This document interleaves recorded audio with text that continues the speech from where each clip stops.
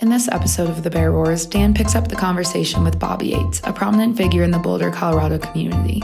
He spent over 30 years working in leadership roles in the telecom industry, notably serving as an executive at Level 3 Communications, where Dan and Bob helped lead the company through significant growth and transformation.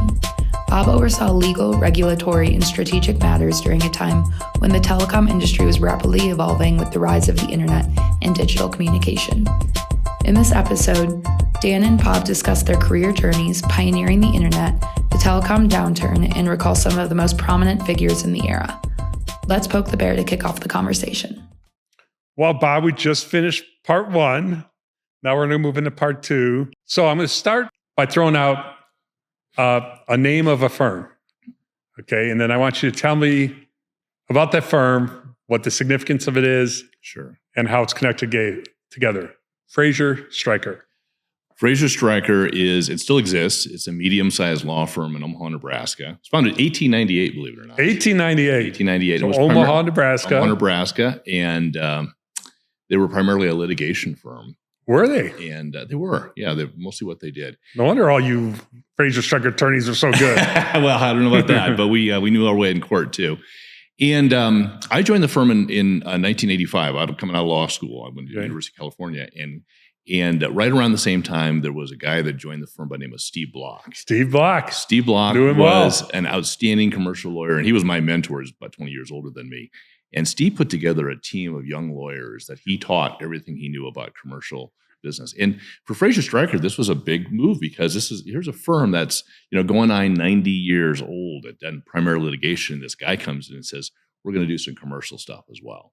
And he brought a book of business. And one of the clients he did a lot of work for was Kiewit Construction Company. Omaha, Nebraska. Omaha, Nebraska in the commercial world is known most for two things. Warren Buffett, Berkshire Hathaway, and Kiewit. Kiewit, at least at the time, was the largest private construction company in the United States. Yeah.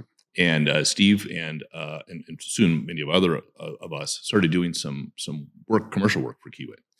And one of the projects that Kiewit did back in the 1980s was a little build. Kiewit was mostly building bridges and roads and infrastructure, Air Force bases, big, heavy concrete jobs. But a company came to them in Chicago. They were in the Loop in Chicago. And remember, AT&T was broken up in 1984. Yep. And so there were new entrants into the field. And these guys, the investors had come together and said, you know what? The Loop in Chicago was small enough. I bet you we could build our own network in Chicago and connect some of the central businesses. And fiber was an up-and-coming technology. Fiber had existed as a way to communicate with light for several decades at that point in time, but the equipment was improving dramatically at that point in time. And so these guys married those two concepts together. Let's build a fiber network in the Chicago Loop, connect the big buildings, the lawyers and the bankers and all the people that need good high-speed data connections. Who are we going to get to build this network? And the idea was to connect those type of clients largely directly to the long distance carrier. Absolutely. To bypass the Bell Company, Illinois Bell, which, by the way, that was my employer at the time. Was right. Illinois Bell. I was graduating about the time you were graduating from law school. I was graduating from undergrad, and my first paycheck said Illinois Bell on it. Now it was Ameritech by that point, so the breakup of AT&T had just recently occurred. The baby bells were created, and here I am sitting with these baby bells and hearing about the story that you're about to describe. Well, so these guys said they raised a few $1 million, and they said we need ditch diggers. We need guys to put this fiber into the ground to connect these buildings. And Kiewit said we know how to dig ditches. How hard could this be? And so Kiewit built the trenches. And to put in perspective, this wasn't something that was happening in Chicago, in Illinois, in other states or other cities. In fact, it wasn't even happening in other parts of the world. This idea that someone other than the telephone company was going to lay and put fiber in the ground, connect businesses, and bypass the Bell Company. This was brand spanking new. Brand new. And to some extent, they didn't even know what they were doing, right? And so Kiewit came in and they charged the price. They were just a general contractor, and they dug the ditches, and they brought in some smart engineers that connected them to the Bell Company, but also connected these buildings, and they got some good equipment. And this little company was called Metropolitan Fiber Systems. Not a very creative name, and of course it was in the Chicago Met Loop. And Kiewit's an interesting company. It's a private construction company. And they generate a lot of cash. They do very, very well for themselves. They pay their employees a fair wage, but primarily in the stock of the company, which then can be cashed in when the employee retires or dies. Yeah. And locks them in for life. They locks them in for life. My grandfather worked for Kiewit Construction Company. Okay. And as a matter of fact, there's an expression in Omaha called Kiewit widow, because Kiewit would work his people very, very hard. And often the only people who benefited from that hard work were the widows, and they're mostly men back then. So Kiewit had a lot of cash. They had a kind of a division called the Diversified Group. This is the place where Kiewit took all the cash that it made and said, can we diversify ourselves into other areas? They bought a cookbook company. They bought an energy company. And they bought all sorts of stuff that had nothing to do with construction. And they're looking at this client they just got done digging some ditches for. And they said, these guys are pretty smart and we think this is going to take off. So they bought them. They bought their client. They bought Metropolitan Fiber Systems. And it was actually Chicago Fiber Optics was the original name. The original name, and then it been Metropolitan. They changed it to Metropolitan Fiber Systems. Which quickly became truncated onto MFS. Yes. MFS. And Kiewit thought, well, that was kind of fun, and this business seems to be taking off. We can do this in other metro rings around the country. And so they did it in New York and Atlanta and Los Angeles and so on and so forth. And they built out these metro rings around the country in the late 80s and into the early 90s. And Kiewit kept investing more and more money into this. And I don't know if they were making money at the time, but they would, Walter Scott, who was the CEO of Kiewit at the time, could see the potential there. You could see that this was going to be a growth business, and he wanted to get it on the ground floor. And they went public in 1993. So they had invested a few $100 million into this business, and they floated it, and it took off like a rocket. Because by 1993, people were realizing that fiber was the future. They were onto something. They were onto something. Yeah. And what was your exposure to that? Oh, well, I was a lawyer in private practice, and this guy, Steve Block, who I mentioned, had taken the firm more in the commercial direction. And so we were their outside counsel. Now, it worked out really well for us because there was a general counsel at in-house counsel at MFS, this Kiewit subsidiary, by the name of Terry Ferguson. Yeah, I remember Terry. And Terry was a big believer in outsourcing all of his legal work. Yes, some company, which we loved. We absolutely loved. Some the rest of us, by the way, were scratching our heads like because there was a ton of legal work. I mean, you're building networks, so you got there's some M&A going on, but building networks, right of ways, construction agreements, customer. I mean, there was legal work was just gigantic in that business. Well, and we love Terry because Terry, a lot of companies that are growing and are getting large will hire an internal legal staff, because then they just pay them a salary and it doesn't cost them incrementally more for the work. Terry was a big believer in flexibility and being nimble. And so he was one of the few inside lawyers. Then he outsourced 98% of the business, which was great for my firm. And so when I joined the firm in 85, we had 20 lawyers. By the time that this discussion we were about to have ended, we had grown from 20 to 50 on the back of this fiber build, because we had lawyers that dedicated 100% of their time to supporting MFS and then its successor companies in, as you say, doing leases and right-of-way agreements and equipment purchase and fiber purchase, all the things that a company needs to do. You need a lawyer to help you draft up the contracts for it. Yeah, Steve Block and I actually became pretty close in those years. Yeah. Because I was running a lot of the expansions and, involved in a lot of the business side of a lot of legal work. And there's one painful story that just popped in my head as you were telling it. And I don't know if you would have been exposed to this at all. And this was one that was tossed onto my lap. And so in New York, they did a big commercial deal with, I think it was Bear Stearns at the time. And Bear Stearns had their major back office facilities about 20 miles west of the New York-New Jersey border. And so we sold this big deal to them. The problem is our fiber network didn't go west of the New Jersey-New York border. It didn't exist. And there's countless municipalities between there and there. And this was about the time we were trying to go public. So this is probably 91 or 92. And so we had to figure out how to build a network, and that got thrown on my lap. And they wanted me to work with the cable company, because the thought process was, well, cable TV has a right of way, and there's a cable TV company called MH LightNet, which was part of another cable company. But they said you can't do a joint venture, because we don't do joint ventures. You got to do some kind of cost revenue share agreement. Like, okay, so we structured this really weird revenue cost share agreement, which, I was part of structuring, but our hands were tied. We had to build all the way out there. There were all these right of ways. These guys would only do it if we paid pretty much the construction costs and they contributed the right of way. They would do the build, blah, blah, blah. But it turned out to be just a horrible agreement in that we were basically taking all the risk, funding all of the construction, and then giving them a significant portion of the upside. It just couldn't work for whatever set of reasons. But my memory, when we were like, okay, what do we do about this? I remember working with someone at Fraser Stryker, and Steve was involved with it at the time. And as the dust was settling, we realized we were in a pickle because we were half pregnant and not sure really what to do with this.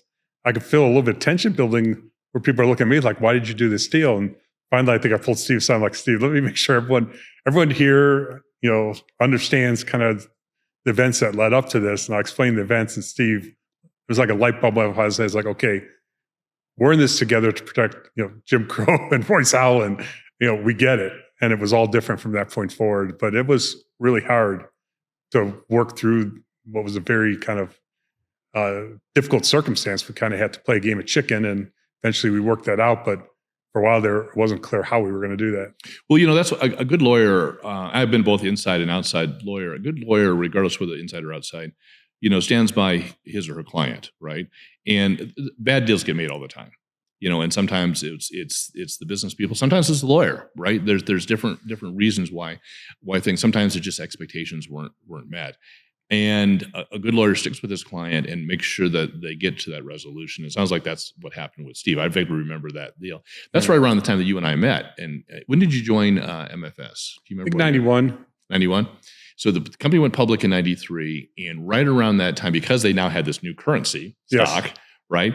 And they were realizing they could build the fiber only so fast, right? You and Kevin and some of the other people were out there, Kevin O'Hara were out there getting the developments done, getting the right-of-way done, getting stuff put into the ground as quickly as possible. But we needed to grow faster because more and more companies were realizing the benefits of this.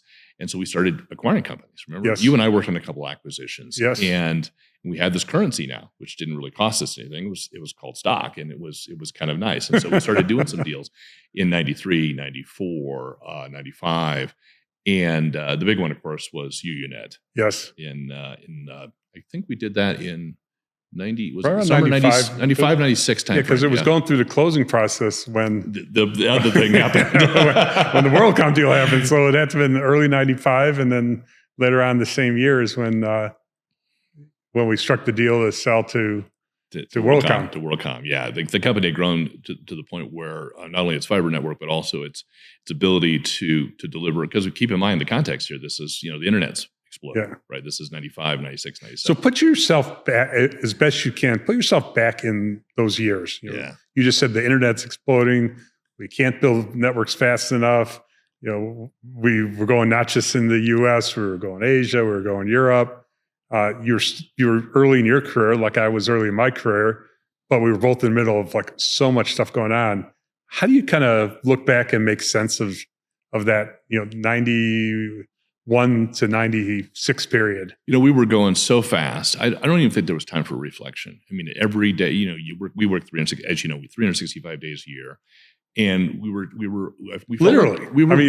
literally 365 days a year. Some days, it'd be Christmas and you'd be maybe only half Christmas, but you'd still be working. I mean, you could not work in the positions a lot of us. No, we knew we were in a race. We knew that competitors were paying attention, that things were happening very, very quickly, and that every day we didn't move the company forward was really a step backwards. As a matter of fact, I went over they were having some struggle. MFS had expanded, as you say, into Asia and into Europe by then. And they were having some difficulties over in Europe. And so I was actually sent over to Brussels, and I spent part of that time frame in Brussels just trying to help them get that network up and running as well. So it was a challenging time. It was a heady time. Yeah. And, we felt like... What do you mean by heady time? Because I feel like we built the internet. Yeah. The internet had been created, obviously, the concept of it. But we facilitated it. We allowed the infrastructure internet. Yeah, that was we were the biggest infrastructure internet. I mean, once UNet and MFS combined, even sort of before that, because a lot of UNet's traffic rode over our network. That's what made the combination so natural. So we were really building out what were the guts of the internet. I remember at the time, you and I are about the same age, and so we were in our mid-30s then, early to mid-30s. And now I reflect back 30 years later how naive this idea was. But I kept thinking that once everyone in the world was connected, once we had built out the internet, everyone was connected, all war would end. We would have peace because everyone would have the same information. My view was people fought over. How naive does that sound today? I know. Not only did it not go that direction, went the opposite direction. But I thought at the time. Now we all have our own information. Now we have our own information. It's worse. Yeah. Where's Walter Cronkite when you need him, right? Exactly. To tell you the truth. And but I think we knew at the time, even though you and I were in our early 30s, I think we knew at the time we were building something big, that we were creating something that would be lasting for the world. And when you think about it, even over the last 30 years, everything since then, I mean, obviously we have iPhones, there's technology has built on that, but it all goes back to that base, that fundamental. It's almost like it was foundational. We were creating a foundation that now the world sits on today. Yeah, no doubt. And so many of us were in a similar age group. And this was really our first, for a lot of us, this was our first rodeo. This was, we were doing this and it hadn't been done before. We weren't the only ones. There were rivals of ours doing similar things, but as a grouping, this was before venture capital industry really got fully defined, and it's more commonplace today to have companies starting up by younger folks and doing crazy things. But back then, that wasn't really the norm. And if it was norm in very small pockets, like Silicon Valley certainly was going there, but at a much smaller scale. So what we were doing was not just huge from our industry standpoint, but it was like maybe how building out the railroads was, decades earlier. It was cowboy kind of experiences. Well, you make a good point about age, because I think since most of us were in our 30s, we didn't know any better. Yeah. We didn't know failure, right? We hadn't experienced failure yet. We just thought we could just go. We were invincible. We could do anything. Jim Crow, who was our leader, was in his early 40s at the time, and he was the old man in the room. He was, and the rest of us were in our 20s. As old. The rest of us were in our 20s and 30s, and so we just went full speed ahead. We thought this is great, and we're building this wonderful thing. And then there was a fateful time when Jim received a phone call from Bernie Ebbers. And Bernie had built an empire, WorldCom, and boy, talk about a voracious appetite. Bernie was buying everything. Yeah. And as a matter of fact, I remember. But I got to do a quick interruption here. Yeah. On behalf of the people listening, Bob didn't think he could do a full 45 minutes on his memories of this era. It's all coming back. You see me doing just fine. A big flood. This is fantastic. Well, Bernie Ebbers started life as a basketball coach, high school basketball coach. And he got into telecom somewhere along the way. And he kind of, this was a guy that talk about guys with, a lot of, this guy he just did stuff. He just did stuff. And he was acquiring companies just left and right. I mean, like every week he was acquiring companies. There was a headline in Onion in the mid-1990s that says, WorldCom buys England. That's how fast he was acquiring things. So Jim Crow got a call from Bernie, and Bernie made him an offer he couldn't refuse. And it was a substantial premium over where MFS was trading publicly at the time. Jim took it to the board, and the board took it to the shareholders, and they said, let's do it. And we can join forces with these other networks that Bernie's cobbling together. And, you and Kevin O'Hara and Jim Crow and some of the other people who were on the executive team, we closed the deal pretty quickly. I think we signed it in August of 96. We closed it January 1, 97. Yep. So it closed December 31st. Very, very quickly. Yep.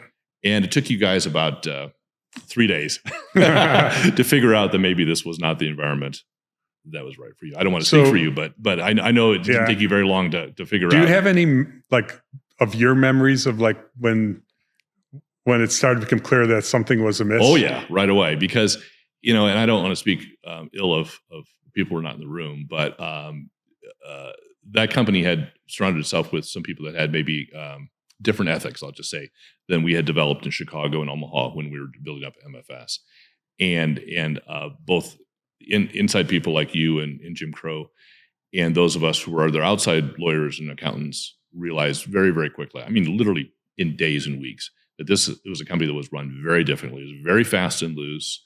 Their ethical codes were at a different place than we were. And we fired them. I mean, we literally fired them as a client because we just felt uncomfortable as lawyers. And I know that many of you left. Plus, you all made a whole bunch of money on that too. Well, we didn't. Well, I'll come to that in a second. We didn't make as much money as you guys did because remember, we were an outside law firm. Yeah. Right. And so I was, I and my partners, we were earning it by the hour. Yeah. Those of you who were shareholders on the inside made a few bucks. Yeah. And so I'll get to level 3 in a second and how I remedied that. Yes. But for us, it was a little painful because we were losing. By this time, MFS had become by far and away our law firm's biggest client. Yep. And we were very dependent. We had grown, we had hired lawyers, and we could see very, very quickly that it was slipping away. And quite frankly, we were fine with that because, again, we were concerned about the ethics. Bernie ultimately went to jail, of course, yep. And other people did as well. And you guys were smart enough to see that right away, exited. We separated our relationship with them, but it put us in quite a pickle because now we had lost by far and away. And putting us being Fraser Stryker, our law firm, in a difficult situation. Fortunately for us, you folks didn't rest. You guys were all in your 30s and had made some decent money and said me a lot less than the others. Well, you all did okay. And to your credit, within literally a few months, I think we closed the WorldCom deal at the first of the year, 97. And by August of 97, you guys came back together and said, that was fun. Yep. Let's do it again. And this time we're going to do it, bigger, better, and we were feeling good. Well, I think what you guys were able to do is you learned, you made mistakes along the way, right? And throughout the early and mid 90s, some things worked out well, some things didn't work out well. And now you had. But the ending worked out really well. So in some ways, we didn't have the full opportunity to learn from our mistakes because despite the mistakes, the outcome was always so good. It was almost like, how can the story not always end up this well? So sure. As we're kind of transitioning from what was MFS to what would become level 3, I don't know that we were as well grounded, we or others in the industry as could have been the case. Mm-hmm. If anything, we were feeling like invincible. Well, and you're feeling invincible. You're still in your 30s. You had learned some lessons along the way. You had some money in your pocket. You all went back to Kiewit Construction Company. Remember, they were the ones that funded the first go around with MFS and they had done pretty well themselves when they floated the company. And you went back to Kiewit, and Walter Scott was still the CEO of Kiewit then. And he said, Walter, we all made a little bit of money on that. Would you like to fund us a second time? And Walter said, heck yeah. And because Walter and Kiewit didn't make a little bit of money the first time. They made a lot of money the first time. They made a lot. Yes. And so Kiewit then funded MFS, but it was an order of magnitude larger because I think they put in hundreds of millions of dollars with the MFS launch. They put in billions of dollars for the level 3, what became level 3. It didn't have a name, as you might remember. It didn't have a name. Kiewit Diversified Group. Well, Kiewit had this little diversified thing that this subsidiary that had literally had a cookbook company, an energy company, and all sorts of stuff that had nothing to do with construction. But they had a bunch of cash in it. And so Walter said, well, we use the cash that's in the Diversified Group. What are we going to call the company? And we all kind of looked at each other this went on for weeks and weeks and weeks in the fall of 1997. And no one had a good name. And, Jim Crow being, the well-read guy he is, he had all these Greek gods and he had these bizarre names. Or he'd come up with a name, come up with a name at 3:00 in the morning to call us at the law firm and say, how about such and such? And we do a real quick search on the internet that we built, by the way. And to find out, that name's already taken. That name's not available or there's going to be a legal problem with that. And so we grappled with the name. And finally, it was Thanksgiving, 1997. And Jim B, the techie guy he is, there's the 7 layers of the IP, of the protocol. And he goes, we're really at layer 3. We're really the infrastructure, the fiber infrastructure, layer 3 of the 7 layers. So let's just call the company layer 3. And we all said, well, that's a little stupid. Yeah. And so somebody in the room just said, how about just level 3? It might've been Josh Howell, who was our communications guy at the time, level 3. And that's where the name came from. Yeah. But you're missing one little part of that story. It wasn't level 3. It was L3? Well, yeah. So we kind of went back and forth because, people always go to acronyms like Metropolitan Fiber Systems, the first company, MFS, right? And it was level 3, but very quickly we put together a logo that was L3, right? And it took us not very long to find out there was already a company called L3. It was actually a rather large defense contractor. Yes, it was very large. And they weren't really thrilled about that. And we worked out something with, it was actually a lumber company too, by the way. But really? I didn't know L3, L3, yeah. That wasn't as big a problem as the big defense contractor. So we worked something out and we stopped using the L3 logo and name. We just stuck with level 3. And I think it turned out to be a good name. I mean, I was disappointed when... that Lumen right now should be called level 3, not Lumen. Yeah, well, it's a different story. And so the company really didn't really go public per se because Kiewit Diversified Group, this kind of diversified subsidiary company, had always traded in the pink sheets anyway. In other words, you could buy stock of it if you wanted to on the kind of that pink market. And so on April 1, 1998, it was just listed. Level 3 was just listed. It really didn't go public. We didn't raise a whole lot of capital that way. Now, over the ensuing year or two, there was billions of dollars, I think about $14 billion of capital raised both in the debt and equity markets. Every time we announced a new of capital raising, the stock price went up because it just showed that we had the courage. I didn't realize the total of the debt equity was in that $14 billion range. $14 billion, yeah. Okay. $14 billion. So for me personally, of course, I was in a law firm during the whole time of MFS, and I saw you guys were all my peers. We're all the same age. You guys all, took home some money. Buying fancy houses and fancy cars. Fancy houses and fancy cars. And, all my law firm got out of it is we lost a client. MFS left WorldCom. And so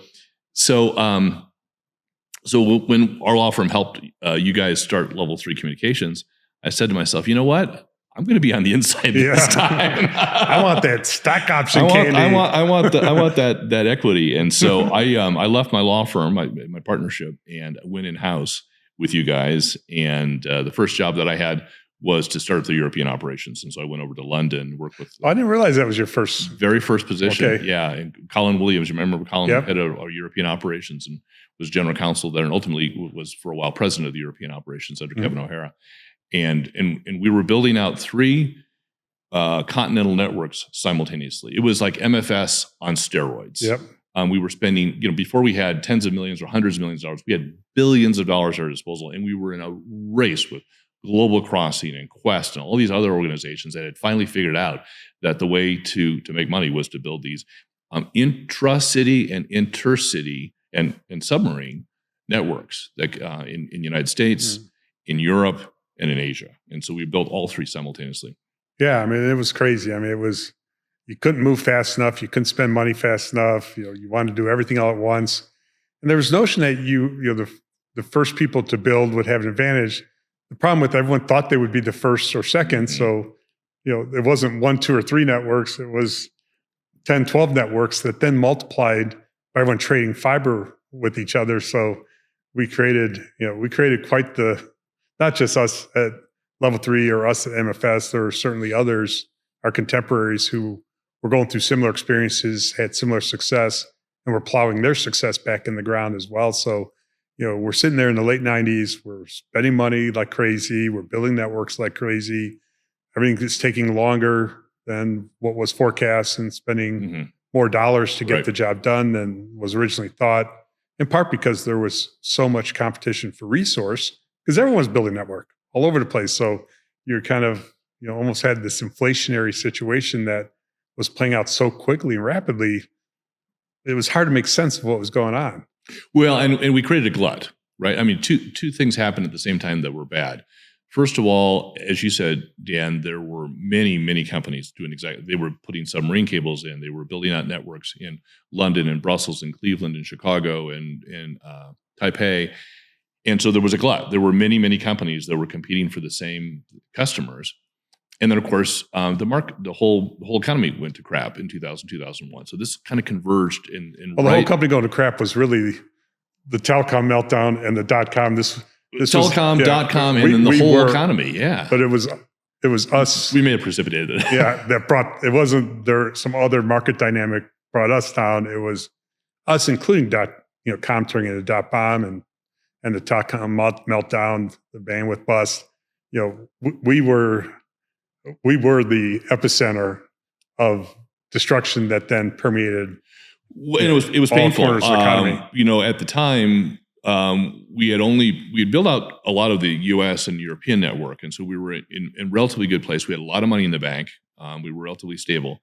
Our Asian network didn't fare so well. It was a half a step behind, and we were just getting started in Asia. And I was doing the legal work for Asia. And made a lot of commitments. We made a lot of commitments, and it was going to be billions of dollars before we were done. And so Jim Crow had to make the painful decision to jettison the half-built Asian network. And it's the classic, cut off the arm to save the body. It was the right move to make at the time, but we left a lot of money on the table. Right, but hard decision to make. Yeah. I mean, a decision where, like you said, those are decisions you just never want to be faced with, and it's so easy to say, okay, maybe the sun will shine tomorrow. Let's not make the hard decision yet. Let's not make it yet, and then by the time you make it, it's too late. And I've seen companies in this, environment that we've been in the last several years, companies who should have reacted real aggressively when it became clear that the environment was shifting from what the venture world looked like 3 years ago to what it was soon thereafter. Some of them, right away they saw what was happening, all the warnings were there, and they changed course on their business in sometimes very painful ways. Others didn't. They just, we're going to keep spending money and we'll see. We're not going to give up yet. The market will get better. And by the time they're like, oh shit, we've got to cut back spending, it was too late. It's like, your runway is too short and you're screwed. Our most valuable asset was Jim Crow. Jim was one of the most objective people in the world. And Jim saw, as you say, and he didn't have emotion invested. He saw where this is going. And he said, we're going to either make painful decisions right now or the company's going to be bankrupt. And so Jim pulled back. We let go of Asia, as painful it was. We rolled back on some of our fiber spends. And we knew that, Jim knew that if we rode this out, we would have the opportunity to not only still have cash in the bank when the crisis was over, but there would be some wreckage along the way that we could pick up. And that's exactly what happened. Mm-hmm. And so things started getting back into better shape in 2002, 2003. So before we go there, I'm going to do what I did earlier. And I asked you how it felt like in the 90s. So now try to put yourself in this situation where, everything was flying high.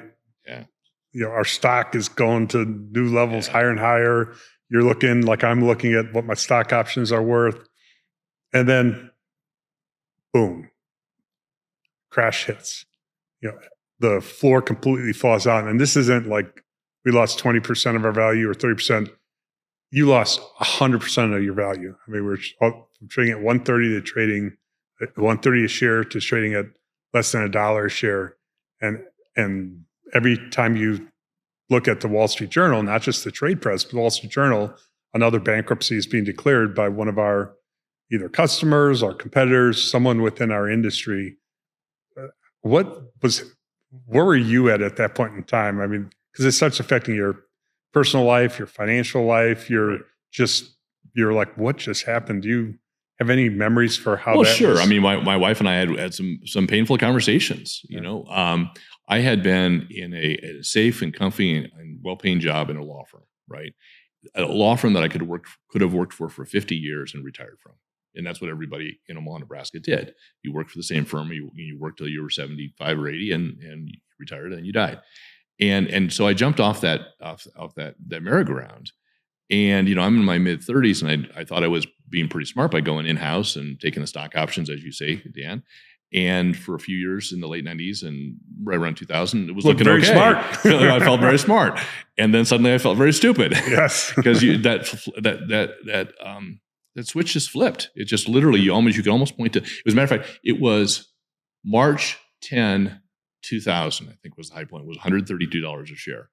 And within months, as you say, it had collapsed. And it wasn't just us, it was everybody was collapsing. Yeah. The only difference between us and most other of our competitors is we had money in the bank. And Jim had pulled back more quickly and reacted more quickly. But we were obliterated. And I think we all thought we were heading to bankruptcy, like all of our peers were. And we were all going to lose our jobs. We were going to lose, whatever we had invested in the company. I felt I was going to have to go back hat in hand my former law partners and say, will you take me back again? I mean, literally, that's where we all thought we were in 2000, 2001, 2002. Yeah. But fortunately, Jim Crow had the foresight to say, let's just cool out here. Let's dial things back. Let's get rid of the assets that are not performing. And there will be an upside here. And he was absolutely right.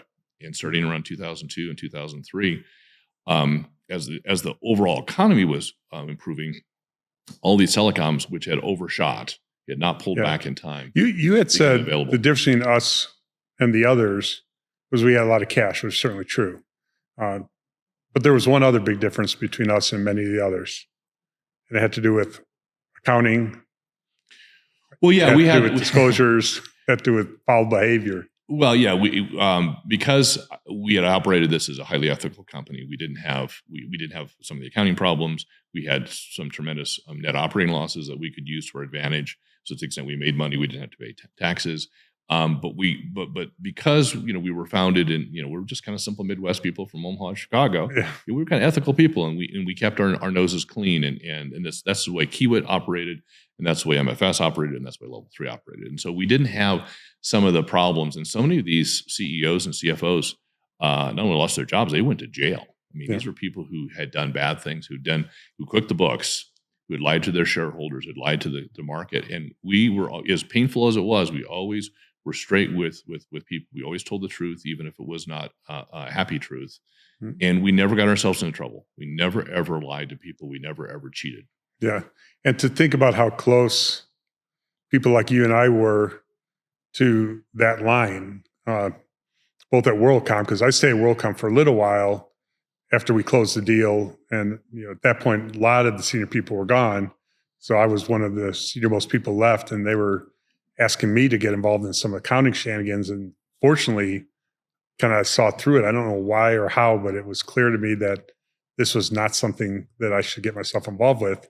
And, I left and joined with the original team to form Level 3. But, I think back on that close call, but I also think back on the close calls of how easy it would have been, because we would have done it. I would have done it if Jim and Kevin and, folks said, yeah, we need to complete this transaction where we're going to give network and they're going to give network and we're going to value it at 40 million, we value 40 million. I was an execution guy. So I would go and execute that if I was asked to do it. I wouldn't even thought that much about it because, I certainly trusted them, and I wouldn't have necessarily known how the accounting was working anyways, because that wouldn't have been my role. And you're too busy to kind of, look through that. So had it not been for Jim and Walter Scott saying, not, creating an environment in which we were going to go there, hell, we could have been smack in the middle of that stuff. And just like a lot of our counterparts were at other companies right here in Colorado. Well, like so many things in life, it came down to leadership. And I know that we're going to do a part 2 here, and we're going to talk a little bit about leadership here in Colorado and in Boulder. But thanks to Jim Crow's leadership and Walter Scott's leadership and the review. Jim used to say, and this is not original to Jim, but he reminded us of this every day: act as if everything you do would appear on the front page of the New York Times. If you would be embarrassed to tell your mother what you were doing, you shouldn't do it. And that was his mantra, and he believed it. It wasn't just he did this because he didn't want to get caught. He just believed it. He was a supremely ethical person, and he always wanted us to do the right thing. And we looked to him as the leader. And as you said, it would have been really easy. The CEO of the company says, well, we'll cut this corner, we'll cut that corner. Jim says, we're not cutting any corners, and I'm going to hold you accountable. And he taught us. He taught us how to make money ethically. And I think that's the lesson that I personally take away from the whole experience. So take us now through, the market crashed, we had cash. Take us through where you were at during this next set of years when, because it wasn't certainly a clear path forward from that point. It clearly was not obvious for an extended period of time that we weren't going to have to face up to bankruptcy. Like you said, any one of us could have been, out the door at that point and then looking around what to do next. So take us through that period of time when the crash hit. Now we have to regroup. What were you doing within the four walls of Level 3? What was your journey? What were some of your most acute memories? I was I was still in Europe at the end of 2000, and I was at a Christmas party with my law team, and I get a call from Kevin O'Hara, who was the president of the company. And it was really unusual for Kevin to, call me because, I had a general counsel that I reported to back at the company headquarters in Colorado, but Kevin called me, and I was literally, we were having a Christmas party at a Russian place. I had already had a couple of vodkas. Kevin called me. There's time difference, and I'm in London, and Kevin calls me at 9 or 10 o'clock at night, and he said, "Tomorrow we're letting the president of the European operations go, and I want you to. I was general counsel. I want you to step in as president of Europe." And I said, "Kevin, I'm a lawyer. I don't know anything about operations." He said, "Don't worry, we'll get through this." And I said, "Okay, fine. I'll whatever you need me to do." So the next day, they and who was Colin president at the time, or who? No, Colin had already retired. It was Gail Smith. It was a delightful person, Gail, very nice person. But she was just the wrong place in the wrong time. So they let Gail go. I became the interim president of Europe, and Kevin called me up the next day and said, "Okay, Mr. President, I need you to do some difficult things because we're going to 2001. This was practically New Year's 2001. 2001 is going to be a challenging year for the industry and for us. And I need you to let some people go." And we had grown, I think I was the fifth person on the ground in Europe when we started that in 97, 98. We'd grown in a couple of years to 1,400 people in 5 countries. And our headquarters were in London. And I said, "Well, what do you need me to do, Kevin?" And he said, "Well, I think I need you to let about 10% of the staff across Europe go in the 5 different countries. And you can work with the managers, you can decide who it is, but I need you to let 10% people go."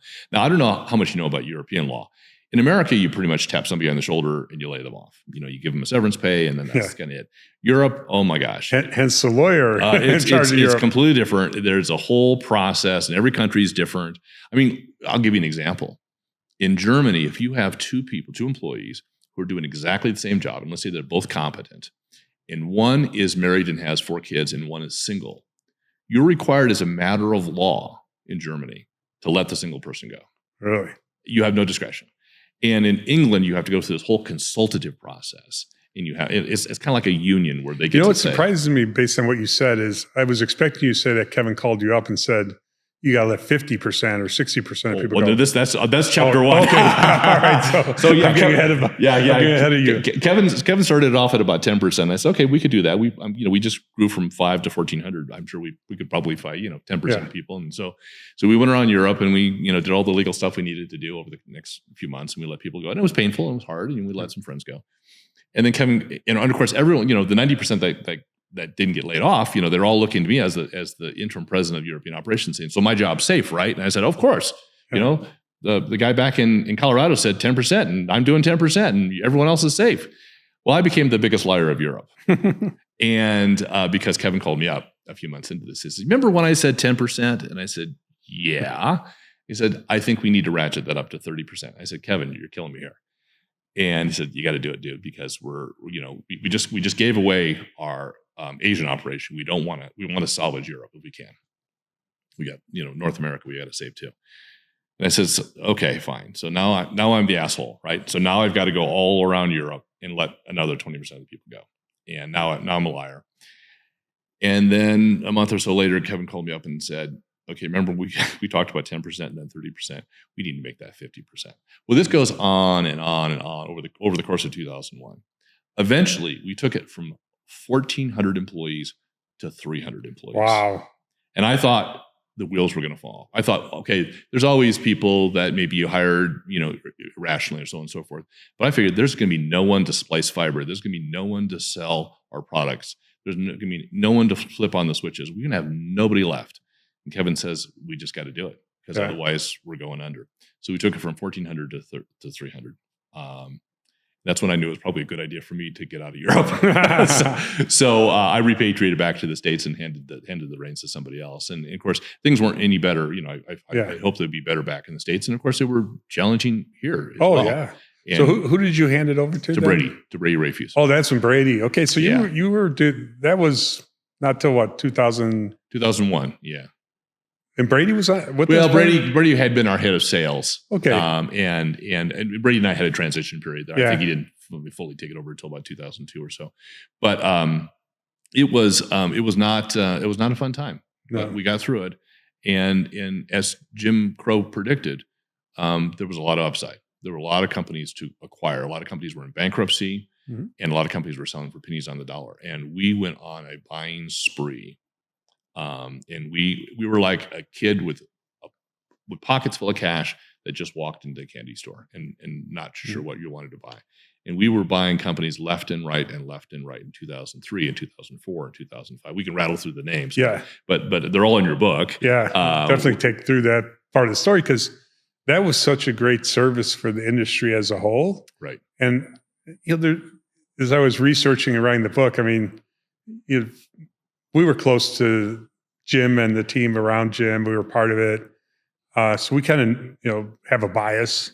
But I don't think the industry fully appreciated kind of what Jim did for the industry throughout, including and maybe especially leading the charge on the consolidation that had to take place. Because there was no getting healthy as an industry if there was going to be dozens and dozens and dozens of fiber providers still trying to sell against each other.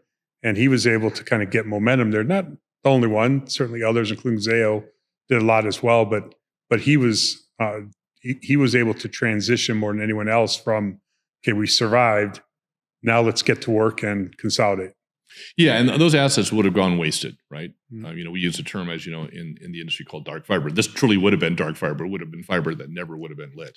And because of the consolidation, Jim really saved and salvaged those assets and people's jobs as well. Yes. Because these are people whose the alternative would have been they would have been out in the street. And we bought lots and lots and lots of companies in a very, very short period of time, some with cash and some with our stock. And we effectively saved those companies by bringing them into the fold and consolidating them and making sure that their assets were integrated with ours. It was challenging because we were integrating, buying a company is easy. Integrating it is a real pain in the butt. and we were trying to buy and integrate at the same time. Yeah. It's like, that old expression, you're building an airplane while you're flying it. That's really what we were doing. And it was very, very challenging. And we made mistakes along the way, in trying to integrate those companies so quickly. You have cultural differences, you have technical differences. It didn't always go as smoothly as we would have liked. It was still the right thing to do, but it was challenging. I think if I could get in a time machine, go back 20 years, I wish we would have been a little bit more judicious in who we bought and how quickly we bought them, because we were gorging. We couldn't swallow fast enough. Yeah. And when did you end up leaving Level 3? I retired in 2011. 2011. So by that point, a lot of the consolidation work had happened. Is that about the time Global Crossing was done? Global Crossing was the last deal I did. Yeah. Okay. Global Crossing was kind of funny because Global Crossing was, there's always somebody out there that you admire and are jealous of. And for us, it was Global Crossing, going back to the 1990s. And Global Crossing was a company. It was a glamour. They were glamorous, but they were like us in a lot of ways. They were like a sibling, and there was a sibling rivalry between Level 3 and Global Crossing. And they were gobbling up companies, and we were gobbling up companies. And we knew that it was just a matter of time before we came together. And the only question was who was going to be the acquirer, who was going to buy who. And I announced my retirement, but I gave Jim a little bit of time that I transitioned out. And he says, well, and we were kind of, we had, it was kind of funny in my computer because we had approached Global Crossing, or they had approached us so many times. I literally had a part 1, part 2, part 3, part 4, because we would get close and then it wouldn't happen. Then we would get close and it wouldn't happen. This was over years. Yeah. This is like 2008, 9, 10. And finally in 2011, it was going to be the real deal. And I told Jim that I was going to retire on my 50th birthday. And he said, can you stick around for a few more months just to get the deal done? I said, of course. And so we got the deal done. As a matter of fact, that was my last plane ride with Jim on the company plane. It was just Jim and me on the company plane. Oh, yeah. Close the deal. Yeah. Yeah. And so we talked about some of the people we both know well that were your partners at Fraser Stryker. Some of the best kind of legal commercial experiences I had were with these same people. Yeah. So tell me about some of your colleagues. I mentioned earlier in the podcast, Steve Block, who was really the dean of that business and really taking this 80-year-old, 90-year-old litigation firm in Omaha to new heights and increased the size of the firm from 20 to 50, had really built up a commercial practice. And importantly for me and some of the other young lawyers, trained us. He was our mentor. He taught us. He was a tough guy to work for. Yes. I always like to tell this story. Steve's Jewish, And Yom Kippur is the time where you ask for forgiveness for any offenses you've made during the prior year. And so, and Steve Block took that very, very seriously. And so he would come around. He was such a jerk for 364 days a year. And he would come around at Yom Kippur and to all these young people that work for him, and he'd say, you know what? I don't even know how many times I've probably offended you in the last year, and I ask for your forgiveness. And of course, we would say, of course, Steve, we forgive you. But of course, he didn't change his ways because the very next day he was right back at it again. Yeah. But that's how he trained us. He trained us because he had high expectations.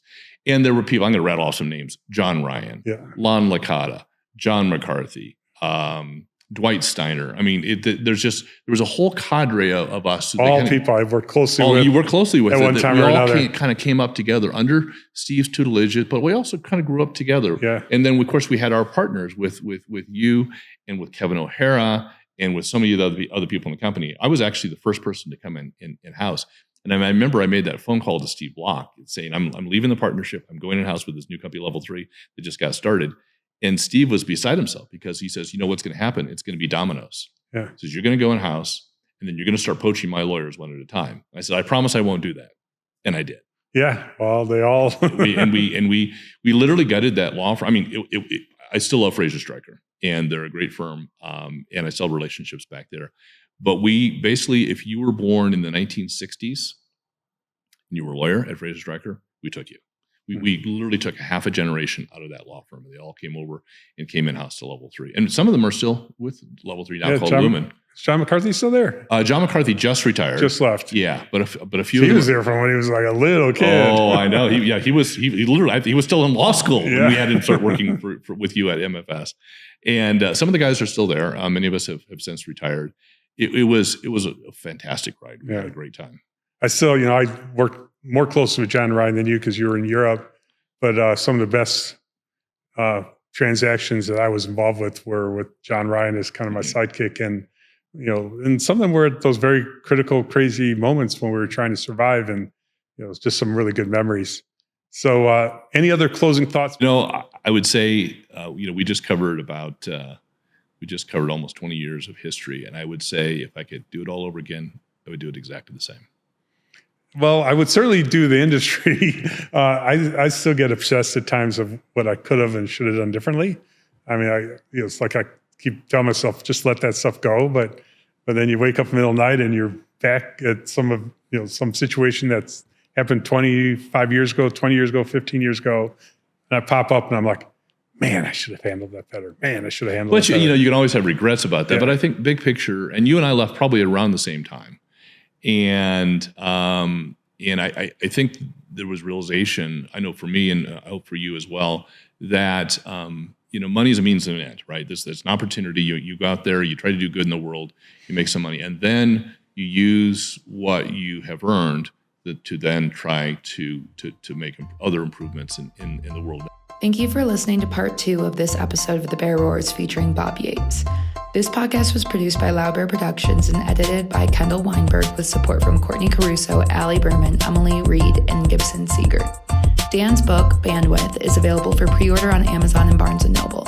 Head to dan-caruso.com/bandwidthbook for more details.